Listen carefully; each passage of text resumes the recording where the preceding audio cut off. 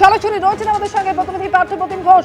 পার্থপ্রতিম, অর্থাৎ কতক্ষণ হলো পার্থ চট্টোপাধ্যায়কে জিজ্ঞাসাবাদ এবং একই সঙ্গে তার বাড়িতে তল্লাশিও শুরু হয়েছে? দেখো, প্রায় আধ ঘন্টার ওপর হয়ে গেছে পার্থ চট্টোপাধ্যায় বাড়িতে কিন্তু ইডির অফিসিয়ালসরা তারা এসছেন। পার্থ চট্টোপাধ্যায়কে তুমি জানো যে এসএসসি নিয়োগ দুর্নীতি যে মামলা, সেই মামলা পিএমএলএ অ্যাক্টে যে মামলা হয়, সেই মামলায় কিন্তু পার্থ চট্টোপাধ্যায়কে ডাকা হয়েছিল।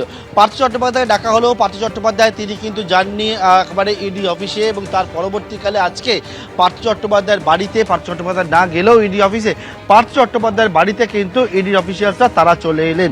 এবং আমরা দেখলাম পরপর 3টি গাড়িতে করে ইডির অফিসিয়ালসরা তারা পার্থ চট্টোপাধ্যায়ের বাড়িতে এলেন, এবং বাড়িতে আসার পরবর্তীকালে পার্থ চট্টোপাধ্যায় বাড়িতেই রয়েছেন বলে জানতে পারছি। ঠিক ঘড়ির কাঁটায় 10টা 45 নাগাদ পার্থ চট্টোপাধ্যায় নাকতলার বাড়ির একেবারে গেটে পৌঁছে যান ইডির আধিকারিকরা, এবং সেক্ষেত্রে কিন্তু পার্থ চট্টোপাধ্যায়কে তারা জিজ্ঞাসাবাদ করতে চান। বেশ কিছু নথিপত্র তাদের কাছে যেটা ছিল, সেই নথিপত্র, অর্থাৎ এই এসএসসি নিয়োগ দুর্নীতি মামলার যে তদন্তভার ইডির অফিসিয়ালসরা গ্রহণ করেছেন, সেই তদন্তভারের পরিপ্রেক্ষিতে তারা যে তথ্য প্রমাণ পেয়েছেন, সেই তথ্য প্রমাণ সংগ্রহ করেছে।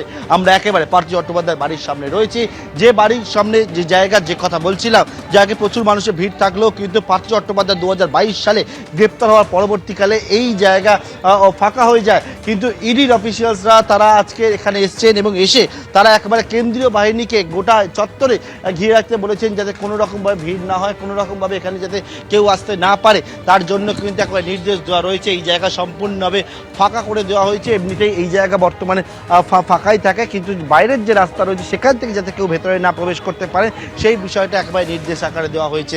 এবং দেখতে পাচ্ছ পার্থ চট্টোপাধ্যায়ের এই যে বাড়ি, যে বাড়ির সামনে আমরা দাঁড়িয়ে রয়েছে, একেবারে যে গেট, সেই গেট বন্ধ করে দেওয়া হয়েছে। ইডির অফিসিয়ালসরা তারা এসে সোজা পার্থ চট্টোপাধ্যায়ের বাড়িতে তারা প্রবেশ করেছেন।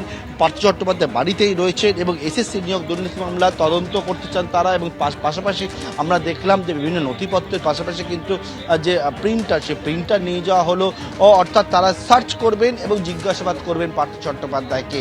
অর্থাৎ যে কথা বলছিলাম, সার্চ করবেন তার বাড়িতে, এবং জিজ্ঞাসাবাদ, সেই জিজ্ঞাসাবাদ ইতিমধ্যেই শুরু হয়ে গেছে। পার্থ চট্টোপাধ্যায় নাকতলার বাড়ি, এই বাড়ি থেকেই 2022 সালের 23শে জুলাই গ্রেফতার হয়েছিলেন প্রাথমিক নিয়োগ দুর্নীতি মামলায় পার্থ চট্টোপাধ্যায়, এবং আজকে তার বাড়িতে ফের পৌঁছে গেলেন ইডি আধিকারিকরা। শুধু পার্থ চট্টোপাধ্যায় গ্রেফতারি নয়, একই সঙ্গে আপনাদের নিশ্চয়ই মনে থাকবে সেই সময় তার বান্ধবী অর্পিতা মুখোপাধ্যায়ের বাড়ি থেকে বিপুল পরিমাণ টাকা, 50 কোটি টাকা উদ্ধার হয়েছিল, এবং একই সঙ্গে উদ্ধার হয়েছিল 11 কেজি সোনা।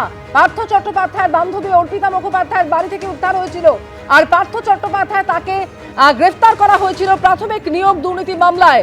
এবং সেই ঘটনায় গ্রেফতারের পর দীর্ঘদিন জেলে ছিলেন পার্থ চট্টোপাধ্যায়, এবং তারপর মাত্র কয়েক মাস আগেই জামিনে মুক্ত পেয়েছিলেন পার্থ চট্টোপাধ্যায়। আর সেই পার্থ চট্টোপাধ্যায়ের বাড়িতে আজকে ফের পৌঁছে গেলেন ইডির আধিকারিকরা। সরাসরি সেই ছবি দেখাচ্ছে আপনাদের সামনে। কেন্দ্রীয় বাহিনীকে সঙ্গে নিয়ে পার্থ চট্টোপাধ্যায়ের বাড়িতে ইডি, এবং শুধু তাই নয়, তার বাড়ি শুধু নয়, একই সঙ্গে গোটা নাকতলা এলাকা ঘিরে ফেলেছে কেন্দ্রীয় বাহিনী। কেন্দ্রীয় বাহিনীর জওয়ানরা শিক্ষামন্ত্রীর গাড়ি ঘিরে রেখেছেন।